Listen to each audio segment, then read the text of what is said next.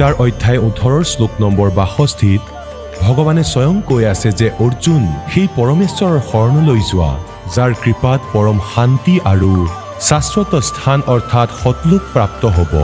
সেই পৰমেশ্বৰ কোন হয়, ক'ত আছে, কেনেকুৱা জানিবৰ কাৰণে নিশ্চয় শুনক জগতগুৰু তত্ত্বদৰ্শী সন্ত ৰামপাল দেৱ মহাৰাজৰ অমৃত বচন। সৰ্বপবিত্ৰ ধৰ্ম পবিত্ৰ শাস্ত্ৰৰ আধাৰত। অন্যথাটো এনেকুৱা যে মায়াৰ লোভো থাকিব আৰু ভক্তি কৰাৰ চেষ্টা মানুহে কৰিবই নোৱাৰিব। যদিও কৰে তেন্তে সেয়া ভক্তি তেওঁলোকৰ নহ'বই। গতিকে পৰমাত্মাৰ জ্ঞানেৰে আৰু এই ভক্তিৰে অন্তঃকৰণত শান্তি উৎপন্ন হ'ব। আৰু এই মায়াৰ যি প্ৰতিযোগিতাত আমি এজনে আনজনক স্পৰ্ধা কৰি আছোঁ সেয়া কমি যাব। গতিকে এতিয়া যি জ্ঞান ব্ৰহ্মা আৰু বিষ্ণুদেৱে এই প্ৰকাৰে শংকৰৰ ৰূপত যিসকল সাধকক দৰ্শন দিলে,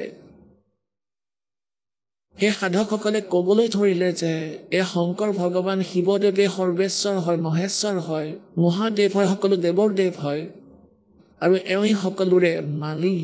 আমি সমাধি দশাত দৰ্শন পাইছোঁ। এই কথাতেই শিৱদেৱেও নিজকে নিজে ভগৱান মানিব ধৰিলে।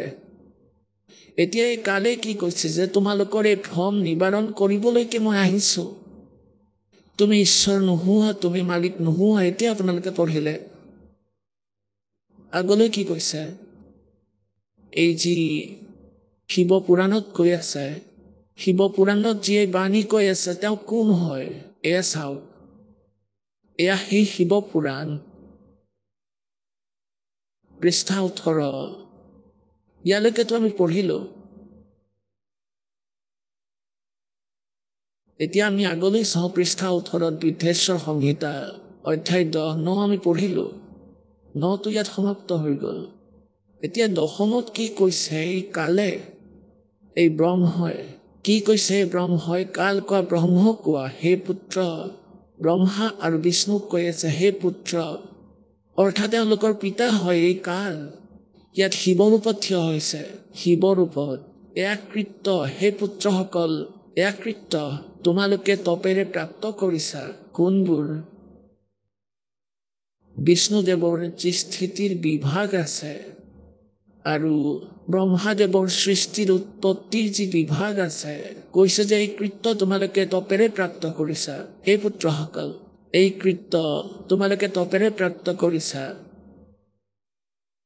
যি সৃষ্টিৰ উৎপত্তি আৰু পালন বুলি কয়, সেয়ে মই প্ৰসন্ন হৈ তোমালোকক দিছোঁ।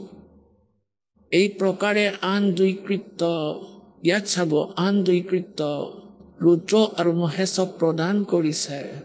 ইয়াৰ পৰা সিদ্ধ যে ব্ৰহ্মা বিষ্ণু ৰুদ্ৰ আৰু মহেশতকৈ ভিন্ন যিয়ে এই শিৱ পুৰাণৰ জ্ঞান কৈ আছে। আমাৰ এইখিনি যথেষ্ট আছিল। এতিয়া এই গীতাৰ জ্ঞানো এওঁহি দি আছে ব্ৰহ্মা বিষ্ণু মহেশ্বৰৰ পিতৃয়ে। ইয়াত চাব,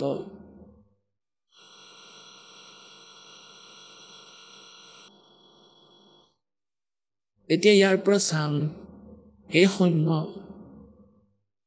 এয়া পৃষ্ঠা নম্বৰ 19 18 আপোনালোকে পঢ়িলে অলপতে। পৃষ্ঠা নম্বৰ 18 পঢ়িছিলে আপোনালোকে। এয়া চাওক, এয়া 18। এতিয়া আমি এয়া 19 পৃষ্ঠা পঢ়িম। হে সৈন্য, মোৰ জ্ঞানৰ পৰা বিমুখ হোৱাৰ বাবে তোমাৰ অজ্ঞানতা আহি গ'ল। মোৰ জ্ঞান হোৱাহেঁতেন এনেকুৱা নহ'ল হয়। জ্ঞান আৰু ৰূপ মহেশৰ তুল্য হৈ যায়। এই কাৰণতেই সেই জ্ঞানীৰ সিদ্ধিৰ নিমিত্তে ওমকাৰ নামৰ মন্ত্ৰ জপ কৰা, ওমকাৰ অৰ্থাৎ ওম, এয়াই অভিমান দূৰ কৰিব। এতিয়া ধ্যানেৰে চাব। গতিকে এই মন্ত্ৰই উপদেশ দিয়ে, এই ওমকাৰ মোৰ মুখেৰে উৎপন্ন হোৱাত মোৰ ৰূপৰ এই বোধক আৰু মহামংগল কৰিব এই ওম মন্ত্ৰই। এয়া বাচক হয়, মই বাচ্য হওঁ। এই মন্ত্ৰ মোৰ আত্মা হয়, এই ওমকাৰ। ইয়াৰ স্মৰণেৰে মোৰ স্মৰণ হয়, অমৰ জপেৰে কালৰ ব্ৰহ্মৰ স্মৰণ হয়। উত্তৰৰ ফালে মুখৰ পৰা আকাৰ আৰু পশ্চিমৰ মুখৰ পৰা উকাৰ, দক্ষিণৰ মুখৰ পৰা মকাৰ, পূবৰ মুখৰ পৰা বিন্দু আৰু মধ্য মুখৰ পৰা নাদ উৎপন্ন হৈছে। এই প্ৰকাৰে 5 প্ৰকাৰে নিৰ্গত হৈ, এই সকলো এক হৈ ওম এনে এটা আখৰ হৈ যায়। পুণ্যাত্মাসকল গীতাত, শ্ৰীমদ ভাগৱত গীতাত অধ্যায় 8 শ্লোক 13 গীতাৰ জ্ঞানদাতাই কৈছে, ওম ইতি একাক্ষৰম ব্ৰহ্ম ব্যৱহাৰণ মাম অনুসৰণ ইয়াতি তদন্তেহং সয়াতি পৰমাম গতিম। গীতাৰ জ্ঞানো এমনি দি আছে, কালে ব্ৰহ্মা বিষ্ণু মহেশ্বৰৰ পিতাই। ইয়াতো কৈ আছে যে সকলো একীভূত হয়, একীভূতে পুনশ্চ ওম তৎ ওম ইতি একাক্ষৰম ভাৱত। ইয়াত ওম নমঃ শিৱায় কতোৱেই নাই। এওঁলোকে ওম নমঃ শিৱায় ভুল কৰি ৰাখিছে। দেখুৱাম আপোনালোকক, কেৱল হিন্দীত অনুবাদ কৰাখনত, সেইবাবে সংস্কৃতত আছে একীভূতে পুনশ্চ ওম ইতি একাক্ষৰ ভৱত। ইয়াত আপুনি কতো ওম নমঃ শিৱায় দেখা নাপায়, নিজে চাই লওক। কতোৱে ওম নমঃ শিৱায় নাই। এই সকলো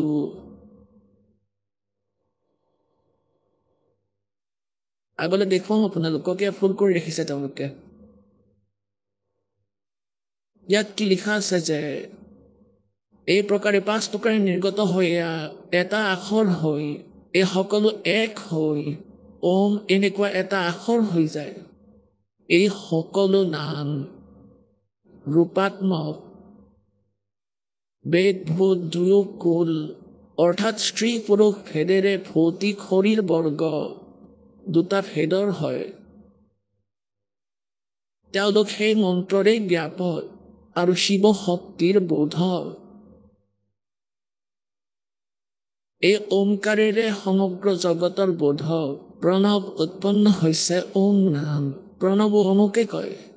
আকাৰ আদি ক্ৰমৰ পৰা, অৰ্থাৎ আকাৰৰ পৰা, নকাৰৰ পৰা, উকাৰৰ পৰা, মকাৰৰ পৰা, মকাৰৰ পৰা, চি বিন্দু অথবা নাদ বিন্দুৰ পৰা এয়া প্ৰকট হৈছে। আগলৈ চাব। আৰু এই পঞ্চাক্ষৰৰে 5 ভেদেৰে মাত্ৰাৰ অকাৰৰ পৰা লকাৰ পৰ্যন্ত হৈছে। ইয়াৰ পৰা শিৰো মন্ত্ৰ আৰু 4 মুখেৰে ত্ৰিপদা গায়ত্ৰী হৈছে। তাৰ পৰা সকলো ভেদ উৎপন্ন হৈছে। তাৰ পৰা কৌটি মন্ত্ৰ উৎপন্ন হৈছে ওমৰ পৰা, আৰু সেই মন্ত্ৰৰ পৰা তাৰ কথা অনুসৰি সিদ্ধি হয়। এয়া চোৱা, ইয়াৰ পৰা সিদ্ধি হয়, কিন্তু পঞ্চাক্ষৰ মন্ত্ৰৰে সমূহ সিদ্ধি হয়। এতিয়া ইয়াত কি কৈছে, গায়ত্ৰী মন্ত্ৰৰেতো কেৱল কথানুসাৰ সিদ্ধি হয়, কথা অনুসাৰে, কিন্তু পঞ্চাক্ষৰ মন্ত্ৰই ওমেৰে সকলো সিদ্ধি হয়। এই শ্ৰেষ্ঠ মূল মন্ত্ৰৰে সমূহ সিদ্ধি, ভোগ আৰু মুক্তিৰ সিদ্ধি হয়। কলা সহিত সকলো ৰাজমন্ত্ৰ সাক্ষাৎ ভোগ দিওঁতা হয়। এয়া মুক্তিৰ মন্ত্ৰ নহয়। নন্দিকেশ্বৰে ক'লে, তেতিয়া সেই দুয়োজনৰে গুৰু শিৱদেৱে তেওঁলোক দুয়োজনৰে শিৰত বস্ত্ৰ ৰাখি নিজৰ কৰ কমল ধাৰণ কৰি পাৰ্বতী সহিতে উত্তৰ দিশৰ ফালে মুখ কল্পনা কৰি তেওঁলোক দুয়োকে মন্ত্ৰ দিছিল, তেওঁলোকক মন্ত্ৰ দিছিল, নাম দিছিল, যন্ত্ৰ তন্ত্ৰ আৰু যুক্তিপূৰ্বক 3 বাৰ সেই মন্ত্ৰক উচ্চাৰণ কৰোৱাই মন্ত্ৰ প্ৰদান কৰিছিল। তেতিয়া তেওঁলোক দুয়ো দক্ষিণত তেওঁলোকক নিজৰ আত্মা নিবেদন কৰোৱালে। এতিয়া কোৱাৰ অৰ্থ এইটো যে পুণ্যাত্মাসকল, এই প্ৰকৰণৰ পৰা এটাটো সিদ্ধ হ'ল যে ব্ৰহ্মা বিষ্ণু আৰু শিৱদেৱ এওঁলোক কমপ্লিট গড নহয়। আৰু এই কাল কোন হয়, ব্ৰহ্মা বিষ্ণু মহেশ্বৰ পৰা পৃথক, এওঁলোকতকৈ ভিন্ন, এওঁলোকৰ পিতা, এওঁলোকৰ জনক। স্থূল শৰীৰ এওঁৰ পৰাই এওঁলোকে প্ৰাপ্ত কৰিছে। দুৰ্গা এওঁলোকৰ মাতৃ, যি শিৱদেৱৰ ৰূপত প্ৰকট হোৱা কালৰ লগত পাৰ্বতী ৰূপত কোন আছিলে যি গুচি গ'ল, তাত থিয় হৈ আছিল আৰু এওঁলোক দুজন গুচি গ'ল। এওঁ দুৰ্গা আছিল, এজনে পাৰ্বতী ৰূপ ধাৰণ কৰি আৰু আনজনে শিৱ ৰূপ ধাৰণ কৰি আঁতৰি যায়। কেতিয়াবা আকৌ ব্ৰহ্মা ৰূপ ধাৰণ কৰে কালে, আৰু দুৰ্গাই সাবিত্ৰী ৰূপত পত্নী হিচাপে তেওঁৰ লগত থাকে। আৰু কেতিয়াবা বিষ্ণু ৰূপ ধাৰণ কৰে আৰু দুৰ্গাই লক্ষ্মী ৰূপ ধাৰণ কৰি এওঁৰ লগতেই থাকে। গতিকে এনেকৈ এওঁলোকে সকলোকে আভুৱ হৈ আছে, সত্যতাৰ পৰা দূৰত ৰাখিছে। নিজৰ বাস্তৱিকতাৰ কথাও এওঁলোকক নকয়। এওঁলোকক মাথো কৈছে যে ওম নাম হয় আৰু ওম মোৰ মন্ত্ৰ, ইয়াত জপ কৰিলে ইয়াৰ সকলো সিদ্ধি ভোগ তোমালোকে প্ৰাপ্ত কৰিবা। এওঁলোকে তাতে বিভ্ৰান্ত কৰিব আৰম্ভ কৰিলে। এতিয়া অলপ খেলি মেলি দেখুৱাও, এই কলিযুগৰ অনুবাদকসকলে কি ধৰণে খেলি মেলি কৰিছে। শিৱ পুৰাণ এতিয়া দেখুৱাম, শ্ৰী শিৱ পুৰাণ, যি কেৱল হিন্দী। ইয়াতো আপোনালোকক দেখুৱাইছো, ইয়াততো সংস্কৃত লগতে আছে। সংস্কৃতে আমাক এইটো ক্লিয়াৰ কৰি দিছে যে ইয়াত ওম নমঃ শিৱায় বুলি কোনো মন্ত্ৰ নাই, কেৱল ওম মন্ত্ৰহে পূজাৰ বাবে ব্যৱস্থা কৰিছে।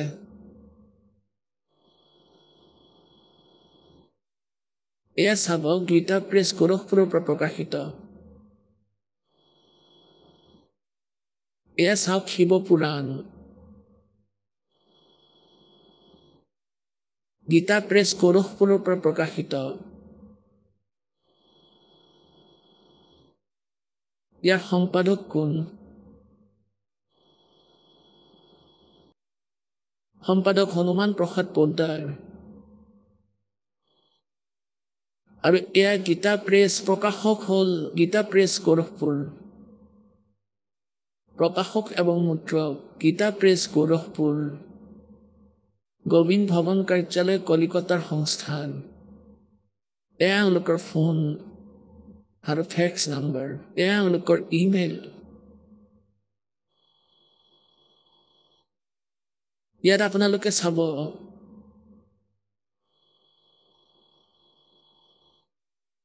চৌব্বিছ 25 পৃষ্ঠাত সেই প্ৰকৰণেই আছে। ব্ৰহ্মা আৰু বিষ্ণু পৰস্পৰৰ কাজিয়া লাগিল তেওঁলোকৰ মাজত। এয়া হ'ল বিদ্বেশ্বৰ সংহিতা। তেওঁলোকে কেৱল ইয়াৰ অনুবাদহে কৰিছে, সংস্কৃতত লিখা নাই। এই 24 পৃষ্ঠাত এই দুয়োৰে মাজত, ব্ৰহ্মা আৰু বিষ্ণুৰ মাজত কালে এক তেজময় স্তম্ভ পিলাৰ থিয় কৰাই দিলে নিজৰ সিদ্ধিৰে। তেতিয়া এই দুয়োজনে ভাবিব ধৰিলে ইয়াত কি, তাৰপিছত এই কাল প্ৰকট হ'ল শিৱ ৰূপত। ইয়াতে কি কৈছে যে ব্ৰহ্মা আৰু বিষ্ণুই সুধিলে, প্ৰভু সৃষ্টি আদি 5 কৃত্যৰ লক্ষণ কি? এয়া আমাক দুয়োকে জনাও। ভগৱান শিৱই ক'লে, মোৰ কৰ্তব্যক জনা। আৰু বুজাটো অত্যন্ত কঠিন, তথাপিও মই কওঁ কৃপাপূৰ্বক। তেওঁৰ বিষয়ে কৈ আছো, আগলি চাওক। আমাৰ যি দৰকাৰ আছে আমি সেয়া পূৰা কৰিম। পুত্ৰসকল, এয়া কালে কৈ আছে। সেয়া আপোনালোকে সংস্কৃতত দেখিছিলে, এয়া কেৱল হিন্দীত আছে। ইয়াত লিখা আছে, পুত্ৰসকল, তোমালোক দুজনে তপস্যা কৰি প্ৰসন্ন কৰা। মই পৰমেশ্বৰৰ পৰা সৃষ্টি আৰু স্থিতি নামক 2 কৃত্য প্ৰাপ্ত কৰিছা। কয় যে জোতাও তোমাৰ, মূৰটোও তোমাৰ। এতিয়া কালে কৈছে, তোমালোক দুজনে তপস্যা কৰিলা, তপেৰে ৰাজ প্ৰাপ্ত হয়, এয়া নিয়ম ইয়াৰে।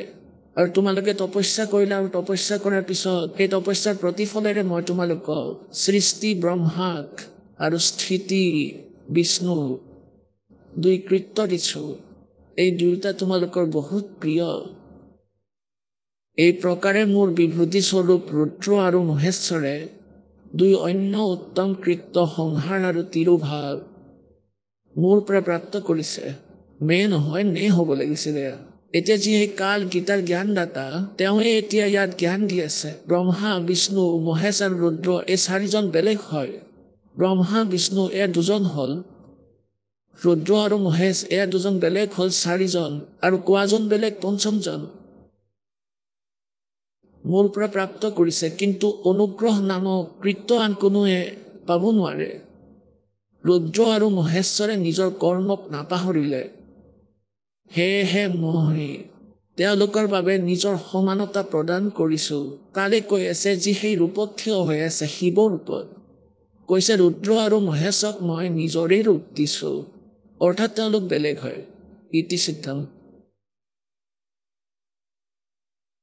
কোন এই ৰুদ্ৰ আৰু মহেশ তেওঁলোকৰ বিষয়ে কৈছে এই ৰূপ বেশ কৃত্য বাহন আসন আৰু আয়ুধ আদিত মোৰ সমানেই হয় মই পূৰ্বকালত নিজৰ স্বৰূপভূত মন্ত্ৰৰ উপদেশ কৰিছিলোঁ যি ওংকাৰ ৰূপেৰে প্ৰসিদ্ধ সেয়া মহামংগলকাৰী মন্ত্ৰ সৰ্বপ্ৰথমে মোৰ মুখেৰে ওংকাৰ ওম প্ৰকট হ'ল ওংকাৰ কোৱা বা ওম কোৱা যি মোৰ স্বৰূপৰ বোধক বোধ কৰোতা হয় ওংকাৰ বাচক আৰু মই বাস্য হওঁ এই মন্ত্ৰ মোৰেই স্বৰূপ প্ৰতিদিনে ওংকাৰৰ নিৰন্তৰ স্মৰণ কৰিলে মোৰে সদায় স্মৰণ হয় ওমৰ জপ ব্ৰহ্মৰ কালৰ যি ব্ৰহ্মা বিষ্ণু মহেশ্বৰ পিতা হয় মোৰ উত্তৰৱৰ্তী মুখেৰে অকাৰ অশব্দৰ অকাৰ মানে অশব্দ আৰু পশ্চিম মুখেৰে উকাৰ অৰ্থাৎ উ আখৰৰ আৰু দক্ষিণ মুখেৰে মৰ উৰু ম মুখেৰে মকাৰৰ আৰু পূৰ্বৱৰ্তী মুখেৰে বিন্দুৰ আৰু মধ্যৱৰ্তী মুখেৰে নাদৰ প্ৰাকট্য হৈছে এই প্ৰকাৰে ৫ অৱয়ৱেৰে যুক্ত ওমকাৰৰ বিস্তাৰ হৈছে এই সকলো অৱয়ৱেৰে একীভূত হৈ এই সকলো এক হৈ এই প্ৰণৱ অৰ্থাৎ ওম নামৰ এটা আখৰ হৈ গ'ল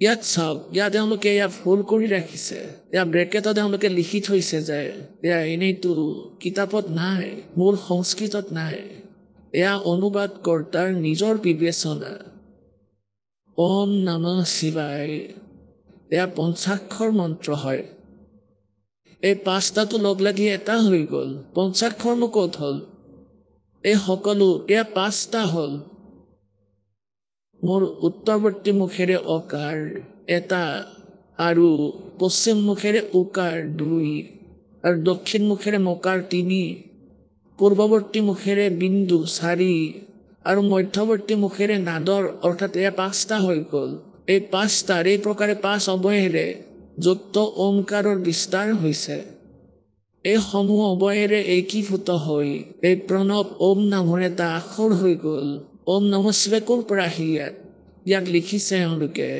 চাওক অকাৰ আদি ক্ৰমেৰে আৰু মকাৰ আদি ক্ৰমেৰে ক্ৰমশ প্ৰকাশত আহিছে ওম নমঃ শিৱায় পঞ্চাক্ষৰ মন্ত্ৰ হৈ গ'ল এই ওম নমঃ শিৱায় এই অনুবাদকৰ নিজৰ চিন্তা হয় এই মন্ত্ৰ শাস্ত্ৰ বিৰুদ্ধ শাস্ত্ৰবিধি ত্যাগ কৰি মনৰ মতে কৰা পূজা এই ওম নমঃ শিৱায় আপোনালোকে দেখিছে মূল সংস্কৃতত ক'তোৱে উল্লেখেই নাই শ্ৰীমদ ভাগৱত গীতাৰ অধ্যায় নম্বৰ ৮ আৰু শ্লোক নম্বৰ ১৩ এয়াই কৈছে কাল ভগৱানে এয়া গীতাৰ জ্ঞানদাতাই কালে কৈ আছে এই ব্ৰহ্মই কৈ আছে এয়া ব্ৰহ্মা বিষ্ণু মহেশ্বৰ পিতাই কৈ আছে দুৰ্গা এওঁৰ পত্নী হয় যাক প্ৰকৃতি বুলি কয় শ্ৰীমদ ভাগৱত গীতা চাব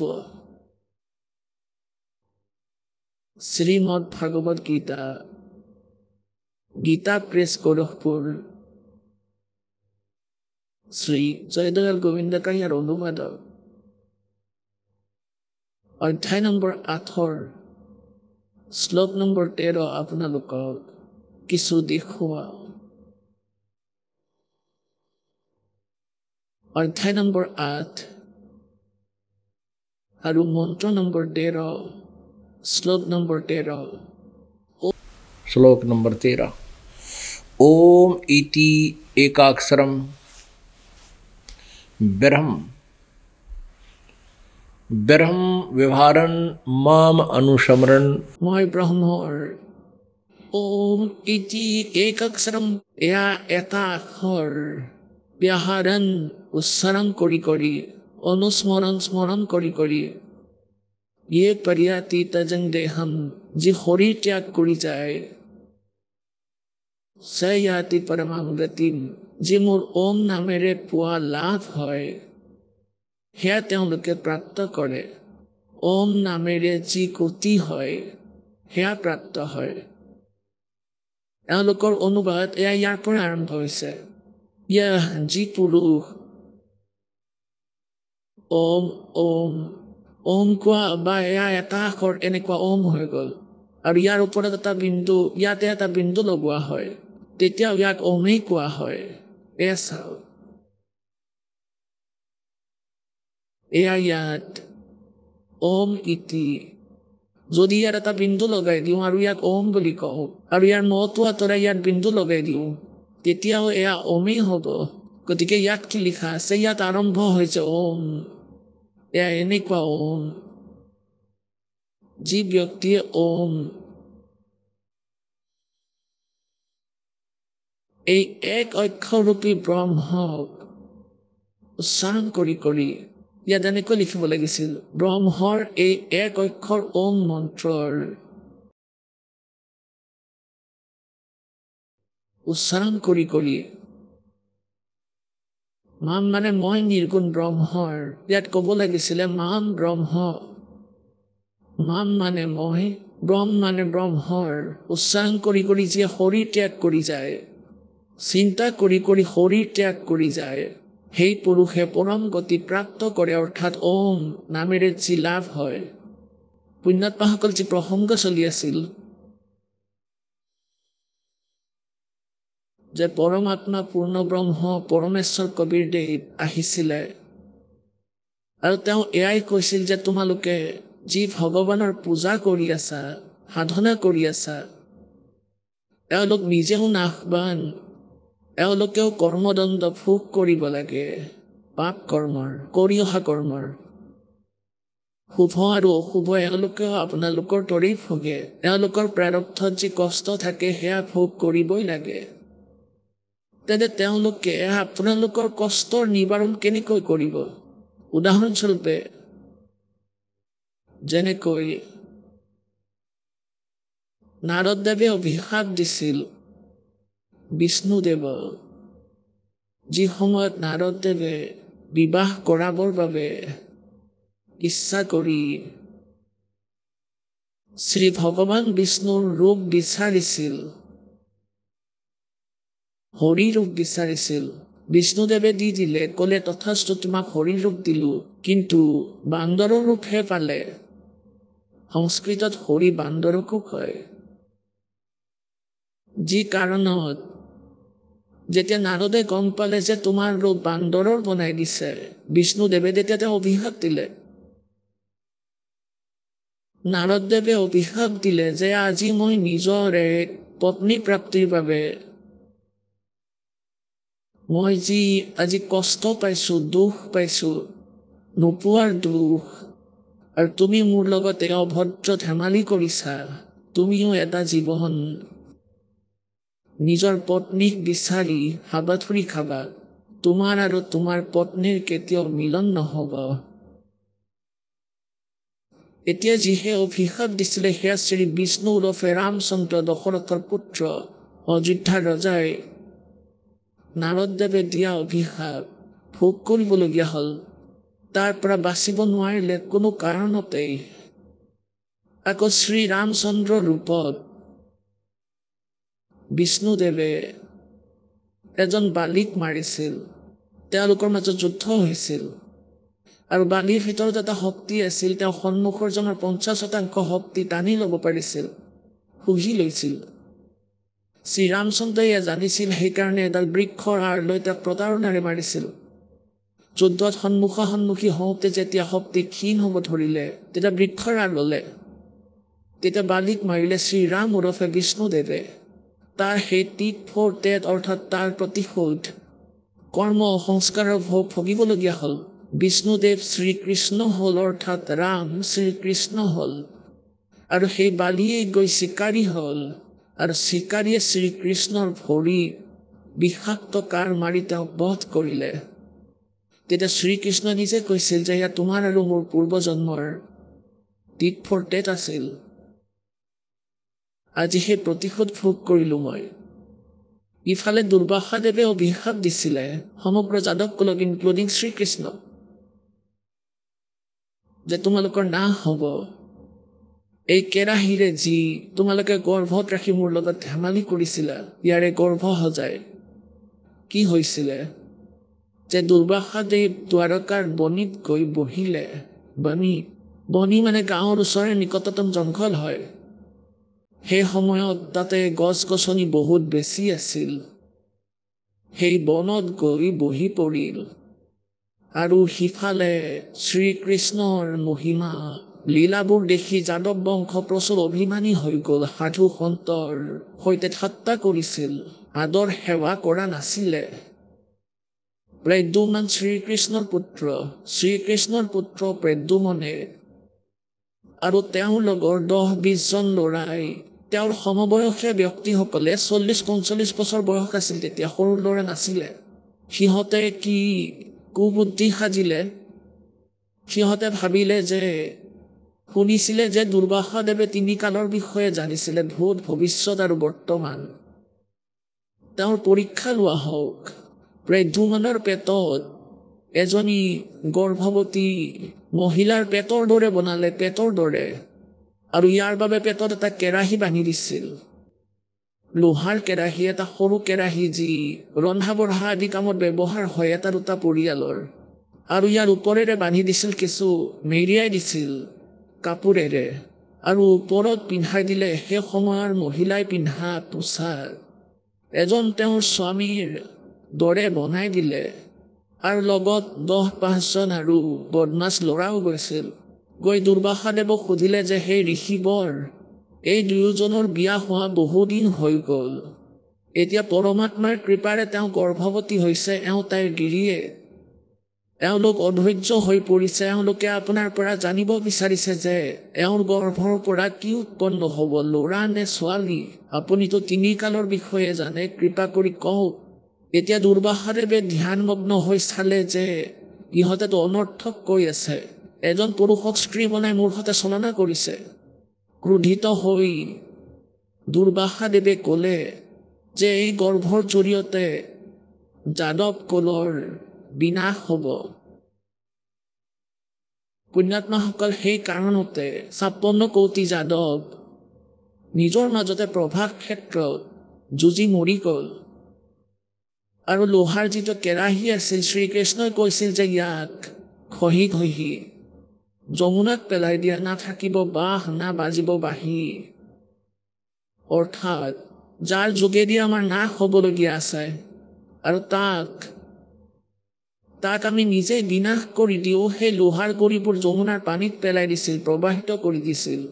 সেই গুৰিৰ পৰা কুঁহিয়াৰ পাতৰ দৰে ধাৰ এবিধ ঘাঁহ উৎপন্ন হ'ল, ইকৰা। আৰু ইয়াৰ পাতবোৰ ইমান ধাৰ হয়, যেনেকৈ কুক ঘাঁহ দেখিছে হয়তো, যাক খাগৰিও কোৱা হয়। ইয়াৰ পাতবোৰ বহুত চোকা হয়, আৰু তাতে আঙুলি অকণমান লাগি গ'লে এনেকৈ যদি টানি আনিব বিচাৰে তেন্তে কাটি যায়। আৰু ইয়াতকৈ চোকা ধাৰ তৰোৱালৰ দৰে পাতবোৰ হৈ গ'ল। আৰু শ্ৰীকৃষ্ণই কৈছিল যে তোমালোকৰ দুৰ্বাসাদেৱে দিয়া অভিশাপ নষ্ট হৈ যাব, তোমালোকে আটাইবোৰ নৰযাদৱে যমুনাত গৈ গা ধুই আহা। নৱজাত শিশুবোৰকো লৈ গ'ল অভিশাপ কটোৱাৰ উদ্দেশ্যেৰে, যে পানীত গৈ গা ধুম, যমুনাত স্নান কৰিলে আমাৰ অভিশাপ কাটি যাব। প্ৰভাস ক্ষেত্ৰ বিশেষ স্থানৰ বিষয়ে ক'লে, য'ত সেই লোৰ গুৰি পেলাইছিল, গুৰিৰ পৰা ইকৰা উৎপন্ন হৈছে।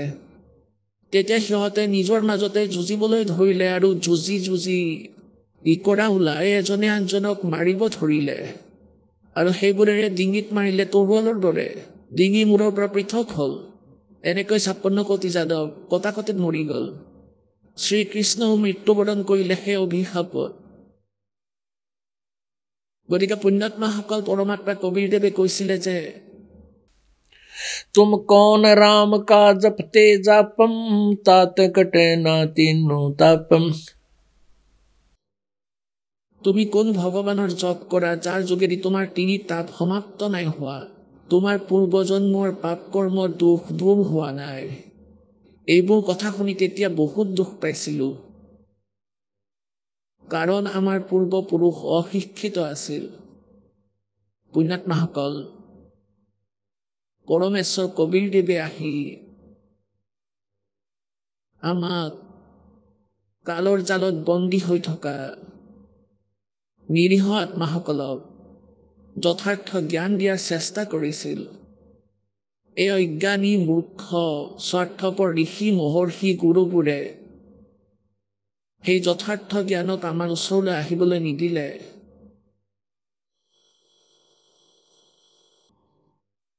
পৰমাত্মাই কি কৈছিলে? मानुष जन्म दुर्लभ है भाई मिले न बारंबार। तरवर से पत्ता टूट गिरे वो बहोर न लगता डारे। अब परमात्मा क्या बताते थे? भाई कै खाना कै सोवना और न कोई चित। अरसा मित्र विसार कर विसार दिया तन बालापन का मित्र। পৰমাত্মাই নিজ মহিমাৰ গুণগান নিজেই কৰি যায়। आपे आरती आपे साजे आपे किंगर आपे बाजे आपे ताल झन झनकारा आप नचे अब देखना। সেই পৰমাত্মা স্বয়ং আহে, নিজৰ দ্বাৰা ৰচিত সৃষ্টিৰ বিৱৰণ স্বয়ং কয়। ব্ৰহ্মা বিষ্ণু মহেশ আৰু কালৰ স্থিতিৰ সৈতে তেওঁৱে আমাক পৰিচিত কৰে যে যিসকলক তোমালোকে পৰমাত্মা বুলি ভাবি আছা এওঁলোক মুক্তিদায়ক নহয়। তোমালোকক কালৰ জালত আবদ্ধ কৰি ৰখাৰ এওঁলোক উত্তম সাধন বন্দী কৰি ৰখাৰ। क्या बताते थे? कै खाना कै सोवना और न कोई चित। हर्षा प्रीतम विसारा बालापन का मित्तो। इस उदर के कारण जग जाचो निसियाम।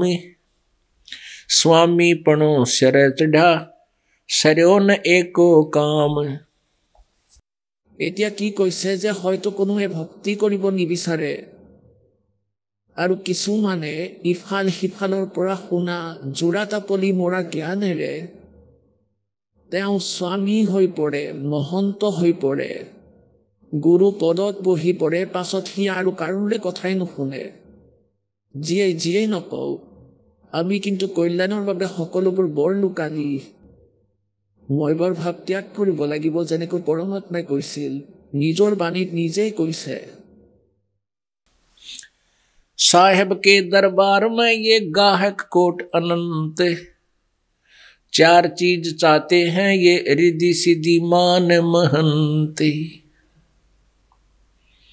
साहेब के दरबार में ऐसा कोई एक इन 4 को त्याग के वो चाहे पुरुष अलेख हो। এই চাৰিওকে ঋদ্ধি সিদ্ধি মান মহন্ত স্ববিভাৱ ইয়াক পাহৰি পৰমাত্মাক পোৱাৰ বাবে এই সকলো ত্যাগ কৰিব লাগিব। स्वामी होना सोहरा दोरा होना दासे। गडर आनी ऊन को व बांधी चरे कपासे। এতিয়া পৰমাত্মাই কি কৈছে যে স্বামী হোৱাটো সহজ। সংস্কৃতৰ 2-4টা শ্লোক শিকি লোৱা, 5-7টা শব্দ লিখি লোৱা পৰমাত্মাৰ বাণীৰ। শ্ৰদ্ধালু লোকক মূৰ্খ বনাবলৈ, তেওঁলোকক আকৰ্ষিত কৰিবলৈ এইখিনিয়ে বহুত বেছি তোমালোকৰ বাবে। কিন্তু পৰমাত্মাক পোৱাৰ বাবে দৌৰা হোৱা দাস। দৌৰা হোৱা মানে একেবাৰে বিনম্ৰ হৈ যোৱা। আৰু যিয়ে নিজৰ সন্মান আৰু প্ৰশংসা পাবলৈ এইবোৰ কৰে, তেওঁলোক এনেকুৱা যেনেকুৱা হেৰাৰ গাত ঊণৰ পৰিমাণ বেছি হৈ যায় তেতিয়া তাক শকত আবত যেন লাগে আৰু যেতিয়া ঊণখিনি কাটি পেলোৱা হয় তাৰপিছত তাক কিমান সৰু দেখা যায় তাক দেখিবলৈ কংকালৰ দৰে লাগে গতিকে পৰমাত্মাই কৈছে যেনেকৈ তুমি ইয়াত তোমাক প্ৰণাম কৰোঁতা ইয়াত 10-20 জন হৈ গ'ল আৰু সিহঁতে তোমাক মহাৰাজ দেৱ বুলি কৈছে তেন্তে তুমি হৈছা সেই ভেড়াৰ ওপৰৰ কপাহ বা ঊণ আৰু তাতে কালে আটাইখিনি কাটি ল'ব তেতিয়া তুমি পুনৰাই জীৱ হৈ থাকিবা গতিকে এইদৰে পৰমাত্মাই আমাক বুজোৱাৰ চেষ্টা কৰিছে इस कलयुग का स्वामी लोभिया ये मनसा दरे बधाए देवे पैसा ब्याज को फिर लेखा करता जावे এজন এনেকুৱা ভুৱা গুৰু আছিল ইফালে দাদ্ৰিৰ ওচৰত এখন গাঁও আছে সেই গাঁৱত গতিকে তাতে তেওঁৰ হাতত ৭৫,০০০ টকা আহি গ'ল আজিৰ পৰা ২০-২৫ বছৰ আগৰ কথা তেওঁৰ ৭৫,০০০ টকাৰ কালেকশ্যন হৈ গ'ল ডিপজিট কৰি আছিল বেংকত আৰু তেওঁৰ এজন শিষ্য আছিল তেওঁৰ মাধ্যমতে জমা কৰিছিল দৃঢ় শিষ্য বহুত আগৰে পৰা তেওঁৰ সেৱা কৰি আছিল খুব সেৱা যত্ন কৰিছিল সেই শিষ্যজনে স্কিম বনাইছিল যে গুৰুদেৱ মই এটা ঘৰ বনাম কিন্তু মোৰ এতিয়ালৈকে লোন হোৱা নাই মই লোনৰ বাবে এপ্লাই কৰিছোঁ আপুনি মোক এই ৭৫,০০০ টকা দি দিয়ক আপোনাক মই ১,০০,০০০ টকা দিম এতিয়া গুৰুদেৱে ভাবিলে আচ্ছা ঠিক আছে লৈ যোৱা এতিয়া সি কেনেকুৱা ঘৰ বনালে ২,০০,০০০ টকা লাগি গ'ল গুৰুদেৱৰ ৭৫,০০০ টকা লাগি গ'ল আৰু যি লোন লৈছিল সেয়াও ব্যয় হ'ল এতিয়া গুৰুদেৱে টকা খোজে আৰু শিষ্যই কয় আজি দিন কালি দিম দুয়োজনৰ মাজতে বিবাদ হ'ল যিবোৰ তেওঁৰ আন এজন শিষ্যই কৈছিলে এই দাসক পাছত শেষলৈ সেই শিষ্যজনে গুৰুক মাৰি পেলালে ৰাতি আশ্ৰমত তেওঁ অকলে আছিল পোৱা মৃত অৱস্থাত পোৱা গ'ল এতিয়া পুণ্যাত্মাসকল পৰমাত্মাই আমাক সোঁৱৰাই দিব বিচাৰে যে যি ৰোগৰ পৰা পৰিত্ৰাণ পাবলৈ তুমি সাধু সন্ত হৈছা আৰু সেই ফাঁচি আকৌ ডিঙিত পৰিধান কৰিছা তেনেহ'লে তুমি সন্ত হ'ব পাৰিছানে কোৱা ভগত হ'ব পাৰিছানে অৰ্থাৎ শক্তি আশে পাশেও নাই সাধাৰণ মানুহতকৈ নিচ এইজন कहते कलयुग का स्वामी लोभिया गुरुजी लोभिया मनसा रहे बंधाए অৰ্থাৎ নিজ ইচ্ছাকে এই বেছি গুৰুত্ব দিয়ে देवे पैसा ब्याज को फिर लेखा करता जावे कल का स्वामी लोभिया ये पीतल धरे खटाए राजद्वारे यूं फिरे जो हरियाई गाए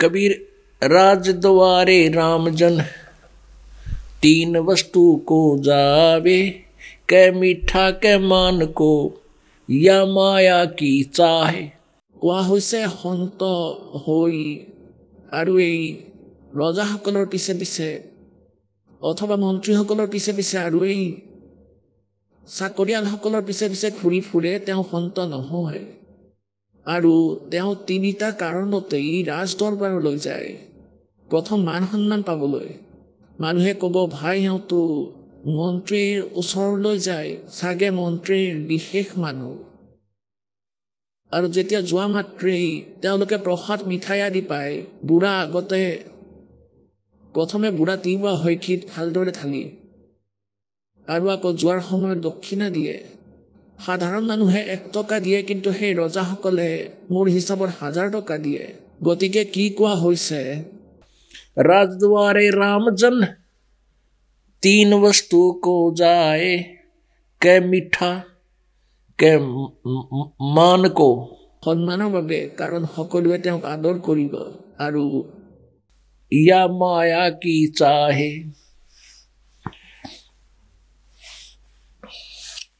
कबीर कलयुग कठिन है संत न पूजै कोई कामी क्रोधी मस्करे है तिनको आदर होवे हरि सिमरन साची कथा कोई सुन है काने कलयुग पूजा दम्भ की और पाखंडी को माने পৰমাত্মাই কয় যে সত্য কথা সত্য কথা যি দাসে কৈ আছে এইবোৰ কথা পৰমাত্মাই আগতেই কৈছিল যে ব্ৰহ্মা বিষ্ণু মহেশ্বৰ পূজাৰ যোগ্য নহয়। এই কৰ্মনাশে আপোনালোকৰ দুখ নিবাৰণ কৰিব নোৱাৰে, এয়া আপোনালোকক মুক্তি প্ৰদান কৰিব নোৱাৰে। এওঁলোক অবিনাশী নহয়, এওঁলোক নাশ পাল।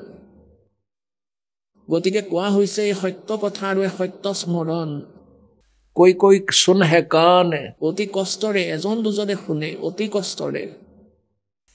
और कलयुग पूजा दम्भ की भाई पाखंडी को मान। কলিযুগৰ পূজা পাখণ্ডৰ আৰু দম্ভৰ আৰু পাখণ্ডৰ সন্মান থাকে।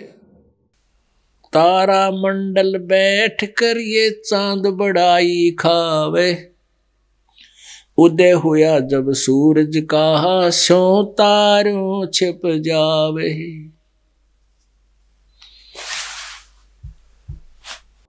পৰমাত্মা পৰমেশ্বৰ কবীৰদেৱে কৈছিলে যে যেতিয়া মোৰ জ্ঞান প্ৰকাশত আহিব সেই সময়ত আপোনালোকৰ জ্ঞান যি আপোনালোকে বেদ পুৰাণ, এনেতো বেদ আৰু পুৰাণৰ বিপৰীত জ্ঞানহে এই ব্ৰাহ্মণসকলে গুৰু ঋষিসকলে দিছিল। তথাপি সিহঁতে ব্ৰহ্মক সুপ্ৰিম পাৱাৰ বুলি কৈছিল, ব্ৰহ্মা বিষ্ণু মহেশ্বৰক অজৰ অমৰ বুলি কৈছিল, তিনি লোকৰ ভগৱান বুলিও কৈছিল, ৰজগুণ শতগুণ তমগুণ বুলিও কৈছিল। পৰমেশ্বৰ কবীৰদেৱে কৈছে যে যেতিয়া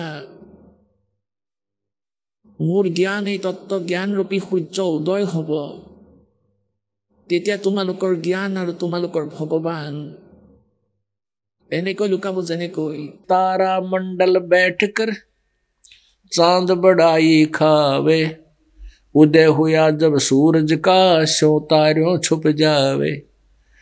পূৰ্ণিমা অৰ্থাৎ ফুল মুন নাইট কোৱা হয়। ফুল মুন নাইট অৰ্থাৎ পূৰ্ণিমাৰ ৰাতি আৰু চন্দ্ৰটো বৰ ধুনীয়া দেখা হয় আৰু তৰাবোৰো বৰ ধুনীয়া দেখি, আৰু তৰামণ্ডলৰ ভিতৰত চন্দ্ৰক বহুত বৰ ধুনীয়া দেখি আটাইতকৈ উজ্জ্বল দেখা যায়। কোৱা হৈছে যেতিয়া সূৰ্য উদয় হয় তেতিয়া চাবা যি চন্দ্ৰক দেখাত ইমান উজ্জ্বল লাগিছিল আটাইতকৈ বেছি উজ্জ্বল দেখা গৈছিল। সূৰ্য উদয় হোৱাৰ পিছত তাক আৰু দেখাই পোৱা নাযায়, ক'ত গ'ল সি, তাৰ উজ্জ্বলতা সূৰ্যৰ আগত নিচে সামান্য হৈ পৰিব। গতিকে পৰমেশ্বৰ কবীৰদেৱে কৈছিল যেতিয়া মোৰ জ্ঞান মোৰ মহিমা প্ৰকাশত আহিব, এই সূৰ্য উদয় হ'ব, সেই সময়ত তোমাৰ যিখিনি জ্ঞান আৰু এই ভগৱান অনৰ্থক হৈ পৰিব। শ্ৰীমদ ভাগৱত গীতা অধ্যায় নম্বৰ 2 আৰু শ্লোক নম্বৰ 46 অৰ্থাৎ 46 গীতাৰ জ্ঞানদাতাই স্বয়ং কৈছে এই কালে যে যেতিয়া তুমি তত্ত্বদৰ্শী সন্তক পাই যাবা তেওঁ তত্ত্বজ্ঞানৰ বিষয়ে ক'ব। সেই তত্ত্বজ্ঞানেৰে পাছত আপুনি সকলো ভগৱানৰ স্থিতিৰ সৈতে পৰিচিত হৈ পৰিব। সেই সময়ত আপোনালোকৰ মনৰ স্থিতি এনেকুৱা হৈ যাব যেনেকুৱা বহুত বৃহৎ জলাশয় প্ৰাপ্তিৰ পাছত যেনেকুৱা আস্থা সৰু জলাশয় থকা ব্যক্তিৰ হয়। পুণ্যাত্মাসকল যি সময়তে গীতাৰ জ্ঞান প্ৰদান কৰা হৈ আছিল সেই সময়ত জলাশয়ৰ পৰা, পুখুৰীৰ পৰা, হ্ৰদৰ পৰা মনুষ্যৰ জীৱন নিৰ্বাহ হৈ আছিল সকলো প্ৰাণীৰে। যেতিয়া বৰষুণ হৈছিল তেতিয়া দূৰ দূৰণিৰ পানী আহি এঠাইত জমা হৈ পুখুৰীৰ ৰূপ ধাৰণ কৰিছিল। সেই পুখুৰীৰ ওচৰে পাজৰে 20-30টা জুপুৰি বনাই লৈছিল। আগৰ দিনত এনেকৈ সৰু সৰু গাঁও নগৰ গঠন হৈছিল 50-20টা ঘৰেৰে। উৰে জীৱন তাৰ পৰাই গা ধোৱাৰ বাবে পানী লৈছিল আৰু সেই পুখুৰীৰ পৰাই খোৱাৰ বাবেও পানী লৈছিল। তাৰ পৰাই অলপ শাক চব্জিৰ খেতিও কৰিছিল, তাৰ পৰাই খেতিত পানীও দিছিল। কোৱাৰ অৰ্থ এইটো যে যদি এবছৰত এবাৰ বৰষুণ নহয় তেন্তে সেই পুখুৰীৰ পানী শুকাই যায়, আৰু যদি 2 বছৰ বৰষুণ নহয় তেনেহ'লে আকাল পৰিহে সকলোবোৰ নষ্ট হৈ যায়। তাৰ ওপৰত আশ্ৰিত প্ৰাণী, মানুহ, জন্তু আৰু সেই ব্যক্তিসকল যিসকলে সৰু পুখুৰীৰ ওপৰত আশ্ৰিত তেওঁলোকে যদি বহুত ডাঙৰ সৰোবৰ পাই যায়, ইমান ডাঙৰ হ্ৰদ পাই যায় আৰু আহক আমি এতিয়া সেই শ্ৰদ্ধালুসকলৰ অনুভৱবোৰ জানো যিসকলে জগতগুৰু তত্ত্বদৰ্শী সন্ত ৰামপাল দেৱ মহাৰাজৰ পৰা দীক্ষা প্ৰাপ্ত কৰিছে তথা তেওঁৱে কোৱা ভক্তি মাৰ্গ এওঁলোকে অৱলম্বন কৰি আছে। নমস্কাৰ ছাৰ। নমস্কাৰ ছাৰ। ছাৰ কি নাম আপোনাৰ? মোৰ নাম ডক্টৰ সুজিত কুমাৰ হয় ছাৰ। সুজিত আপুনি ক'ৰ পৰা আহিছে? মই বিহাৰৰ বাসিন্দা, ঔৰংগা জিলা গৌৰ থানাৰ হয়। সুজিত আপুনি সন্ত ৰামপাল দেৱ মহাৰাজৰ পৰা নাম দীক্ষা কেতিয়া ল'লে? ছাৰ মই সন্ত ৰামপাল দেৱ মহাৰাজৰ পৰা নাম দীক্ষা 17 জুনত লৈছিলোঁ 2018। সুজিত আপুনি সন্ত ৰামপাল দেৱ মহাৰাজৰ পৰা নাম দীক্ষা লোৱাৰ আগতে কি ভক্তি সাধনা কৰিছিলে? ছাৰ এনে দেৱী দেৱতা আৰু পাথৰক পূজা কৰিছিলোঁ আৰু যোগ ইত্যাদি কৰাৰ কাৰণে আৰ্য সমাজৰ যি আপোনাৰ বাবা ৰামদেৱ যে আছে তেওঁৰ য়োগা কৰিছিলোঁ। তেওঁ ওম মন্ত্ৰৰ উচ্চাৰণ কৰিবলৈ কৈছিলে, যোগ কৰাৰ সময়ত তাৰেই উচ্চাৰণ কৰিছিলোঁ। তেন্তে কি কাৰণে আপুনি সন্ত ৰামপাল দেৱ মহাৰাজৰ শৰণলৈ আহিলে? চাওক ছাৰ, সন্ত ৰামপাল দেৱ মহাৰাজৰ শিষ্য হোৱাৰ বহুত ডাঙৰ কাৰণ আছে। মোৰ কাৰণটো হৈ গ'ল যে মই যোগ কৰিছিলোঁ কিন্তু লগতে নিচাও কৰিছিলোঁ আৰু মই যদিও ডক্টৰ হোৱাৰ পিছতো মাংস খাইছিলোঁ, মদ খাইছিলোঁ আৰু বহুত কিবা কিবি বেয়া কামো কৰিছিলোঁ। আৰু মই ভক্তি কৰাৰ পাছতো মোৰ মনত কিবা কিবি প্ৰশ্ন আহি আছিলে, কিবা কিবি কুৱেশ্যন আহি আছিলে যে মই শান্তি কিয় পোৱা নাই, ঘৰত কিয় ইমান সমস্যা, কাজিয়া হৈছিলে, মই বেয়া বেয়া শব্দও কৈছিলোঁ। মোৰ এনেকুৱা লাগিছিল যে পৃথিৱীত আন কোনো ৰাস্তাই নাই কাৰো লগতে। এই সময়তে কি হ'ল যে সন্ত ৰামপাল দেৱ মহাৰাজৰ যি শিষ্য তেওঁ দৃঢ় ভক্ত আছিলে। তেওঁ মোক ক'লে যে আপুনি ইমান বেয়া কাম কৰে, আপুনি ইমান ভাল মানুহ, আপুনি এজন ডক্টৰ হৈও ইমান বেয়া কাম কৰি আছে, গতিকে মই আপোনাক ভাল মানুহ বুলি নাভাবোঁ। তেতিয়া মই ক'লোঁ যে কিবা ৰাস্তা আছে যদি কওক। তেওঁ তেতিয়া এটা পথ দেখুৱালে যে আপুনি মোৰ লগত বলক, এঠাইলৈ লৈ যাম মই আপোনাক। তালৈ যোৱাৰ পিছত সেইদিনা প্ৰকট দিৱস, কবিৰ চাহেবৰ প্ৰকট দিৱস আছিল। তাৰপিছত মই তালৈ গ'লোঁ। আগতেও হাৰিয়ানালৈ গৈছিলোঁ, কেইবাদিনো থাকিছিলোঁ, দিল্লীতো মই কেইবাদিনো থাকিছিলোঁ, কেইবা বছৰো। তাত এটা মই বহুত ধুনীয়া বস্তু দেখিবলৈ পালোঁ যে ইমান মানুহ আহিছে, লাখৰ সংখ্যাত মানুহ আছিলে, কিন্তু তাত মই এজনো বিড়ি চিগাৰেট খোৱা মানুহ নেদেখিলোঁ। মই আগতে চিগাৰেট খাইছিলোঁ, তম্বাকু খাইছিলোঁ। মই বিচাৰি আছিলোঁ ক'ৰবাত চিগাৰেট, ক'ৰবাত তম্বাকু পাওঁ নেকি, কিন্তু ক'তো নাপালোঁ। মই বহুত চিন্তাত পৰিছিলোঁ। মই ভাবিলোঁ যে ইমান মানুহ আছে আৰু বিশেষকৈ হাৰিয়ানা মানুহেতো হুক্কা খায়, ইয়াত বিড়ি চিগাৰেটো পোৱা নাই, নিশ্চয় এওঁলোকৰ মাজত কিবা কথা আছে। তাৰপিছত মই ভিতৰলৈ গ'লোঁ। বহুতকেইখন গেট লগোৱা আছিলে, গেট নম্বৰ 1, 2, 3, 4 এনেকুৱাকৈ লগোৱা আছিলে। গেটৰ ভিতৰত প্ৰৱেশ কৰাৰ পিছত দেখিলোঁ যে তাত বহুত মানুহে খানা খাই আছে। তাত খানা খাই আছিলে আৰু আমাৰ তাত যদি 4-5জন মানুহে খানা খায় বিয়া, ফাংচন অথবা আন কিবা কাৰ্যত, তেতিয়া পাতবোৰ য'ত ত'ত পেলায়, গিলাচবোৰ য'ত ত'ত পেলায়, খোৱা বস্তু পৰি থাকে। কিন্তু তাত ইমান মানুহে খানা খাই আছিলে, কিন্তু ক'তোৱে লেতেৰা দেখিবলৈ নাপালোঁ। তেতিয়া মই ভাবিলোঁ যে ইয়াত কেনেকুৱা ধৰণৰ মানুহ থাকে। তাৰপিছত মই সুধিলোঁ যে নাম উপদেশ ক'ত লোৱা হয়, ময়ো এওঁলোকৰ লগত সেৱা কৰিবলৈ আৰম্ভ কৰিম য'ত মানুহে সেৱা কৰি আছিলে। বিশেষ মোৰ এইটো লাগিল যে এনেতো মই বহুত ধৰ্মগুৰুৰ সৎসংগ শুনিছিলোঁ, যেনে ধৰক দেৱকীনন্দন ঠাকুৰৰ সৎসংগ শুনিছিলোঁ, এয়া ধৰক জয়া কিশোৰীৰ শুনিছিলোঁ, চিত্ৰলেখাৰ শুনিছিলোঁ, আপোনাৰ হেমলতা শাস্ত্ৰীৰ শুনিছিলোঁ, সকলোৰে সৎসংগ শুনিছিলোঁ। টিভিত সদায় সৎসংগ শুনিছিলোঁ। মই এনেকুৱা মানুহ আছিলোঁ, এদিনো সৎসংগ নুশুনাকৈ নাথাকিছিলোঁ। কিন্তু তাত এটা বিশেষ কথা লক্ষ্য কৰিছিলোঁ, তেওঁলোকে কৈছিলে যে সকলোতে ৰাম আছে, কিন্তু তাত মই নিজ চকুৰেহে দেখিলোঁ তাততো সকলোতে ৰাম বুলি কোৱা হৈ আছে। পানী দিলেও কয় ৰাম বুলি, ভাত দিলেও কয় ৰাম বুলি, ৰুটি দিলে কয় ফুলকা ৰাম, এনেকৈ কৈ থকা হৈছে। তেতিয়া মই ভাবিলোঁ যে ৰামটো এনেদৰেহে মাতিব লাগে, সকলোতে ৰামটো ইয়াত আছে, আমি ক'ত বিচাৰি আছিলোঁ, ৰামটো ইয়াত আছে। সেই সময়ত বৰষুণ বহুত দি আছিলে, কিন্তু মই ৰ'ব পৰা নাছিলোঁ। তেতিয়া মই ভাবিলোঁ যে হয় এওঁলোকৰ লগতে ময়ো যোগ দিওঁ, ময়ো শুশ্ৰূষা কৰোঁ। তাৰপিছত সন্ত ৰামপাল দেৱ মহাৰাজৰ পৰা নাম উপদেশ ল'লোঁ। নাম উপদেশ লৈ পিছত ভক্তি কৰা আৰম্ভ কৰিলোঁ। সুজিত, সন্ত ৰামপাল দেৱ মহাৰাজৰ পৰা নাম দীক্ষা লোৱাৰ পিছত আপুনি কি লাভ পালে? ছাৰ, লাভ যদি গণোৱা আৰম্ভ কৰোঁ তেতিয়াহ'লে 24 ঘণ্টা নহয় 72 ঘণ্টা পাৰ হৈ যাব। বহুত লাভ পালোঁ, আজিলৈকে পাই আছোঁ। মই বিশেষ লাভ কিছুমান আপোনাক ক'ব বিচাৰিম। আটাইতকৈ ডাঙৰ লাভ এইটো পালোঁ যে মোৰ যি পত্নী আছে, মোৰ ল'ৰাটোৰ জন্মৰ সময়ত এটা ডাঙৰ অপাৰেশ্যন হৈছিলে। ডাঙৰ অপাৰেশ্যনটো হোৱাৰ 2-3 দিন পিছত তাইক খোজকাঢ়িবলৈ বাহিৰলৈ পঠাই দিছিলোঁ যে অলপ বাহিৰৰ পৰা খোজকাঢ়ি আহা। গতিকে তাইক খোজকঢ়াবলৈ লৈ যোৱা হ'ল। তাইৰ মাক আছিলে, ভনীয়েক আছিলে, কিন্তু যেতিয়া উভতি আহিলে বিচনা পোৱাৰ আগতে মাথা ঘূৰাই পৰি গ'ল। পৰাৰ পাছত কথা কোৱা বন্ধ কৰি দিলে। কথা বন্ধ হোৱাৰ পিছত তেতিয়া মোক চিঞৰি ক'ব ধৰিলে, তাইৰ মাক আৰু মোৰ মাও আছিলে, ক'লে চোৱাচোন তাই একোৱে মাত দিয়া নাই। তেতিয়া মই ভাবিলোঁ চাই লওঁ। চোৱাত দেখিলোঁ যে BP একেবাৰে ডাউন হৈ গ'ল, একেবাৰে 0 হৈ গ'ল। পালছো পোৱা নাছিলোঁ, চকুৰ পতাও বন্ধ হৈ গৈছিলে। মই বহুত ভয় খাবলৈ ধৰিলোঁ। তেতিয়া মোৰ চাৰ্কেলৰ যি ডক্টৰ আছিলে, মোৰ ছিনিয়ৰ ডক্টৰ, সকলোকে ফোন কৰিলোঁ। সকলোৱে এজন এজনকৈ আহিব ধৰিলে। সেই ডক্টৰ আহি মোৰ পত্নীৰ নখ চাইছিলে আৰু এনেদৰে চাই আৰু বাহিৰলৈ যোৱা গেটেৰে ওলাই গৈছিলে। যেতিয়া এনেদৰে ওলাই যাব ধৰিলে মোৰ সন্দেহ হৈছিলে যে এওঁলোকে মোক একো কিয় ক'ব খোজা নাই, যে মই কি কৰিব লাগিব, অক্সিজেনে দিব লাগিব নে কি কৰিব লাগিবনো। ইনজেকশ্যন ঔষধৰো একো পৰামৰ্শ দিয়া নাই। আৰু আন ডক্টৰক যেতিয়া মাতিছোঁ, তেওঁলোকে আচলতে বাহিৰত গৈহে কথা পাতি আছিলে। ঠিক আছে, তেওঁলোকৰ চেহেৰাৰ পৰা, তেওঁলোকৰ এক্টিভিটিৰ পৰা এইটো ভাৱ হৈছিলে যে তাই আৰু নাই। ছাৰ, মই কান্দিব ধৰিছিলোঁ।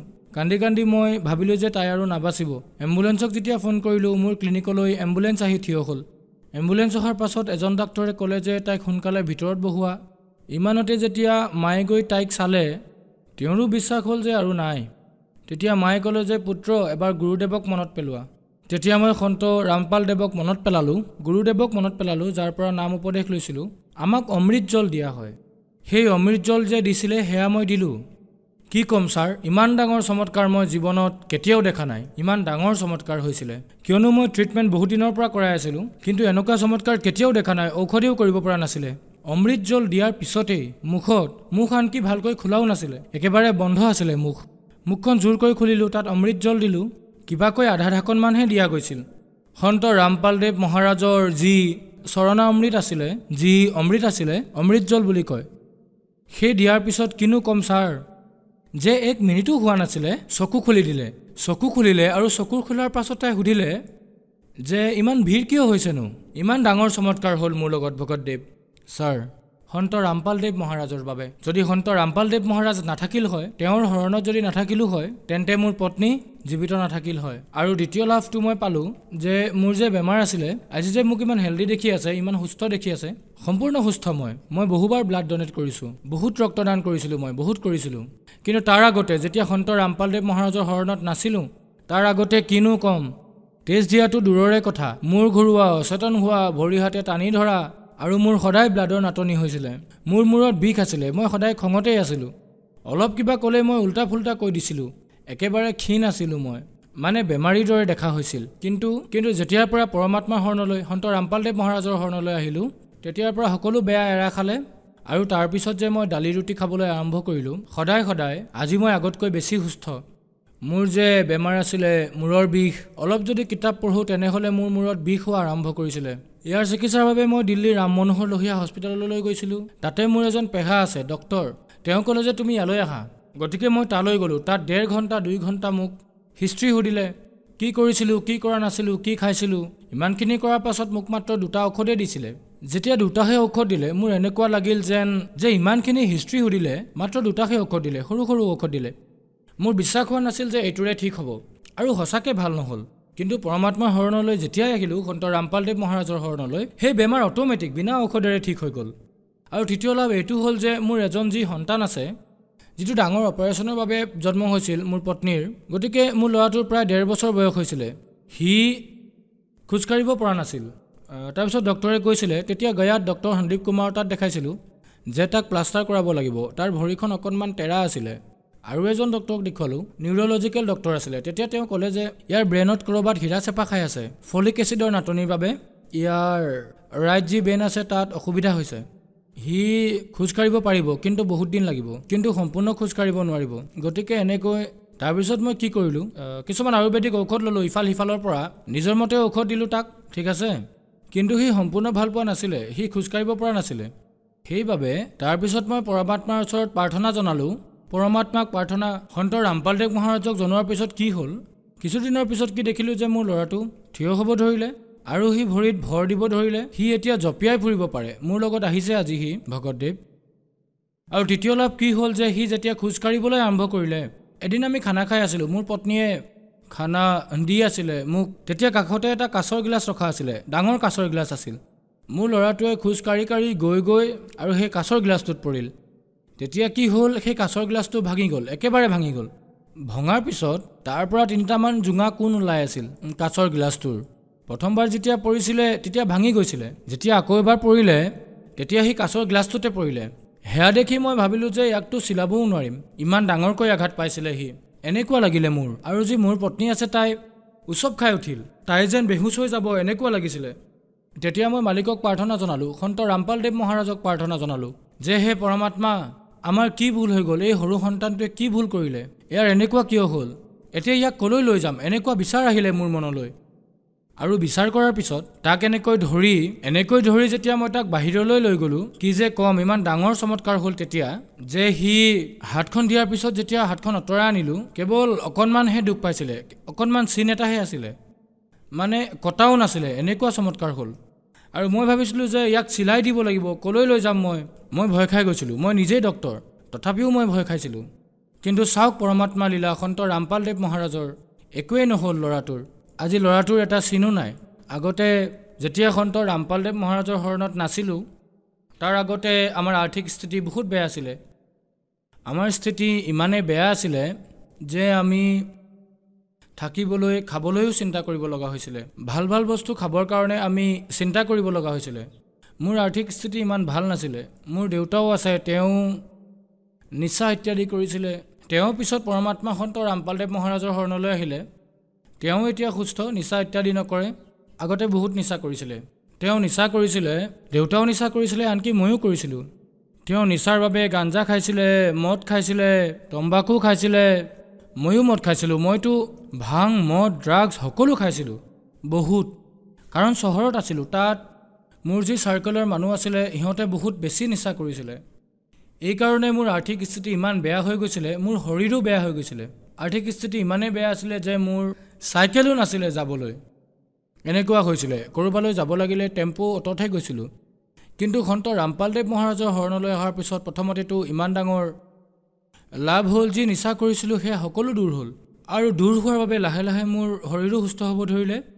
আৰু আজিৰ তাৰিখত পৰমাত্মাৰ দয়াত, সন্ত ৰামপালদেৱ মহাৰাজৰ দয়াত আজি মোৰ এখন নহয় দুখন ক্লিনিক আছে। আৰু আজি মালিকৰ দয়াত খোৱা লোৱা সকলো ভালদৰে চলি আছে। মোৰ ওচৰত বাইকো আছে আৰু মোৰ গোটেই পৰিয়াল ভালকৈ আছোঁ। আগতে বহুত কাজিয়া আছিলে, কাৰণ অভাৱ আছিলে, দৰিদ্ৰতাৰ কাৰণে বহুত কাজিয়া হৈছিলে। কেতিয়াবা উৎসৱ পাৰ্বণত কাপোৰ কিনিব পৰা নাছিলোঁ, এনেকুৱা বেয়া অৱস্থা আছিল মোৰ। কিন্তু মালিকৰ দয়াত সন্ত ৰামপালদেৱ মহাৰাজৰ শৰণলৈ যেতিয়াৰ পৰা আহিলোঁ তেতিয়াৰ পৰা সকলো ঠিক হ'ল। আৰু আগতে ধাৰো বহুত লৈ থৈছিলোঁ, সেয়াও অট'মেটিক লাহে লাহে কমি আজি প্ৰায় শেষেই হৈছে, নায়েই আৰু। আগতে বহুত সমস্যা আছিলে, ধাৰ লোৱা মানুহেও অশান্তি দিছিলে, কিন্তু বৰ্তমান কোনেও অশান্তি নিদিয়ে আৰু অট'মেটিক সকলো ঠিক হ'ব ধৰিছে। মই নিজেও নাজানো ইমানবিলাক ধাৰ মই ক'ৰ পৰা মাৰিব পাৰিলোঁ।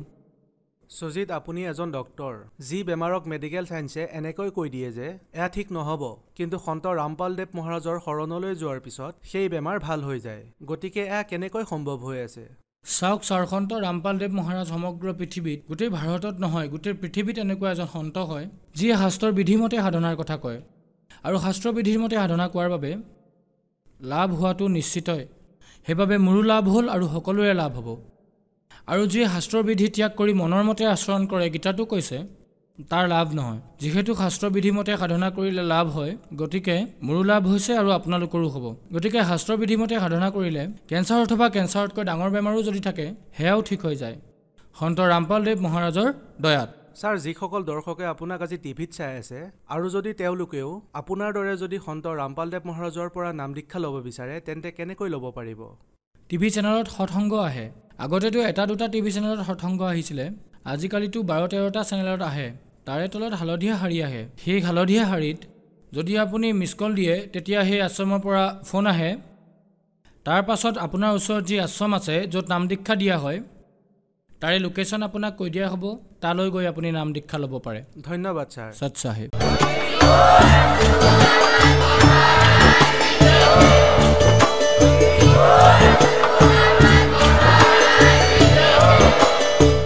আপুনি শুনি আছিলে জগতগুৰু তত্ত্বদৰ্শী সন্ত ৰামপালদেৱ মহাৰাজৰ মংগল প্ৰবচন। অধিক জানিবৰ বাবে ভিজিট কৰক আমাৰ ৱেবছাইট www.jagatgururampalji.org। সন্ত ৰামপালদেৱ মহাৰাজৰ শুভ আশীৰ্বাদত সমগ্ৰ বিশ্বতে 500তকৈও অধিক নাম দীক্ষা কেন্দ্ৰ আছে, য'ত সন্ত ৰামপালদেৱ মহাৰাজৰ দ্বাৰা বিনামূলীয়া নাম দীক্ষা দি থকা হৈছে। আপোনাৰ নিকটৱৰ্তী নাম দীক্ষা কেন্দ্ৰৰ ঠিকনা জানিবলৈ সম্পৰ্ক কৰক 8222880541।